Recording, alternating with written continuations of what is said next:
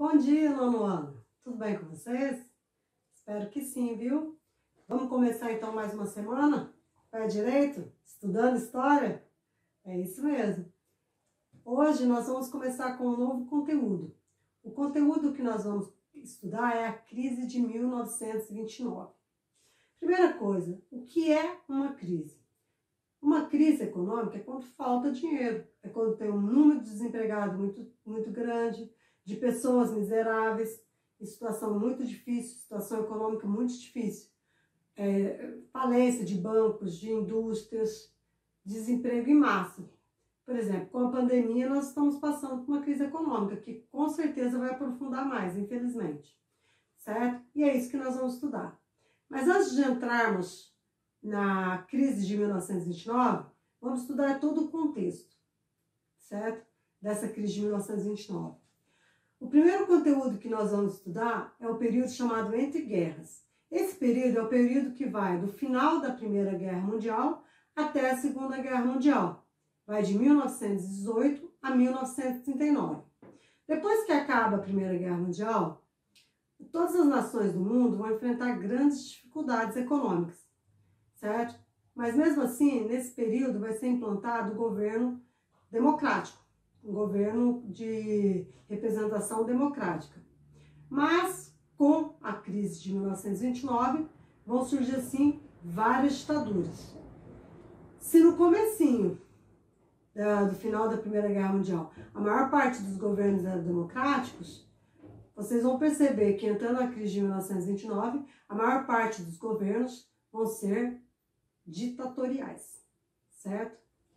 Depois a gente vai também, para entender um pouquinho da crise de 1929, nós temos que entender a ascensão dos Estados Unidos, certo?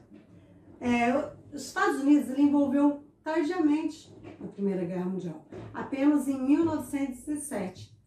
E seus territórios não foram atingidos pelas batalhas. Nenhum território foi atingido. Além de não ser atingido, os Estados Unidos obteve muitos ganhos financeiros e políticos. Porque enquanto toda a Europa estava envolvida na Primeira Guerra Mundial, os Estados Unidos que não estava envolvido, ele vendia, exportava muitos produtos agrícolas e industriais para a Europa. Então ele ganhou muito dinheiro nisso. Enquanto as indústrias da Europa estavam paradas, os Estados Unidos estavam com uma grande produção industrial, exportando para o mundo todo, principalmente para os países da Europa envolvidos na Primeira Guerra Mundial, certo? Então, entendam isso. Além disso, acabando a guerra, os Estados Unidos também vai conceder grandes empréstimos para os países que saíram da Primeira Guerra Mundial destruídos, que são os países da Europa, principalmente França, Inglaterra, certo? E dessa forma, o desenvolvimento dos Estados Unidos vai revelar também-se na cultura. Os filmes, a Hollywood vai ter um destaque muito grande mundialmente. Até hoje, né? Os filmes que têm maior destaque é o quê? É o cinema dos Estados Unidos. É o que domina a indústria cinematográfica dos Estados Unidos. Como, por exemplo, também uma coisa, o jazz, que vai ganhar espaço dentro e fora dos Estados Unidos. Então, além do aspecto econômico que os Estados Unidos vai dominar, culturalmente também ele vai ter um grande domínio sobre todo o mundo. A economia dos Estados Unidos ela era o capitalismo liberal, ou seja, o governo não intervinha na economia. É a livre concorrência, né? É a oferta da lei e da procura, certo? Acabando a guerra, depois de um ano e meio, a Europa volta a produzir. Aí já não vai mais comprar dos Estados Unidos, porque a Europa volta com as suas indústrias. E uma das causas da crise de 1929 é isso. Porque o que foi a crise de 1929?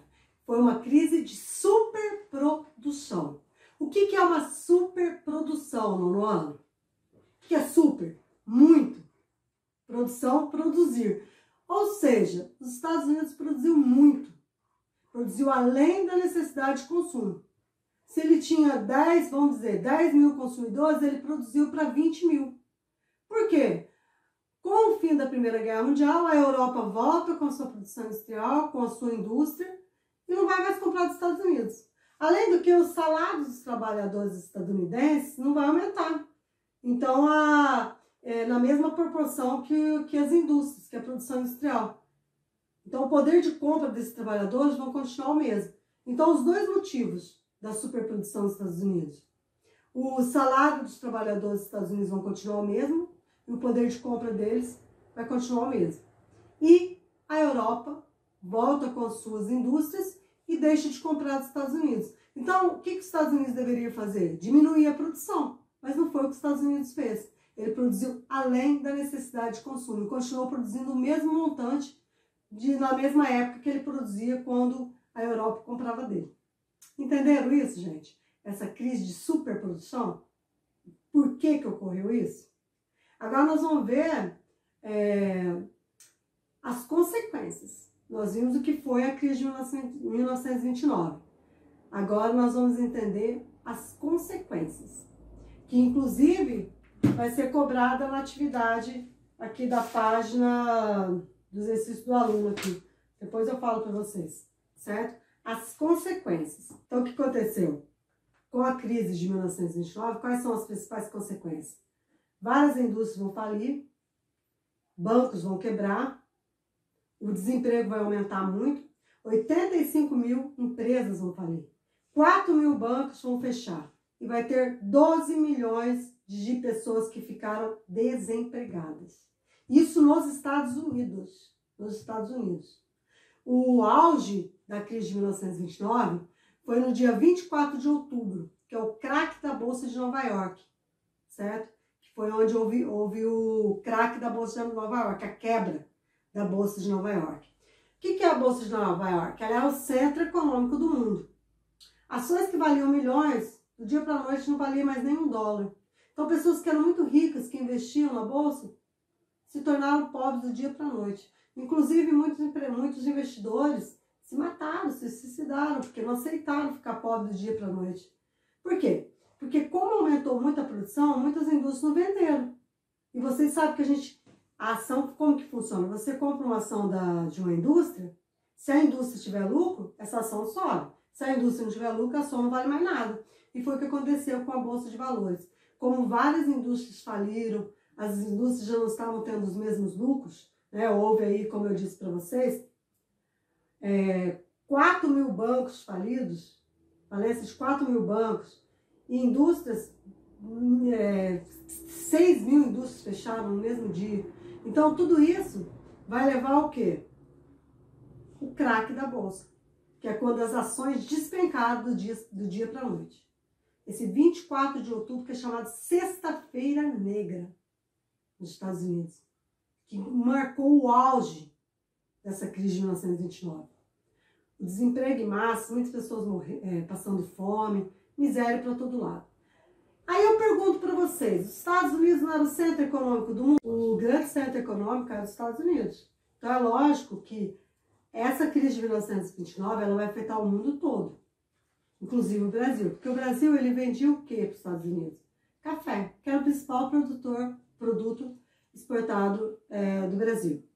E os Estados Unidos deixam de comprar o café do Brasil, porque vivia um momento de crise. Nesse período, quem governava o Brasil era Getúlio Vargas.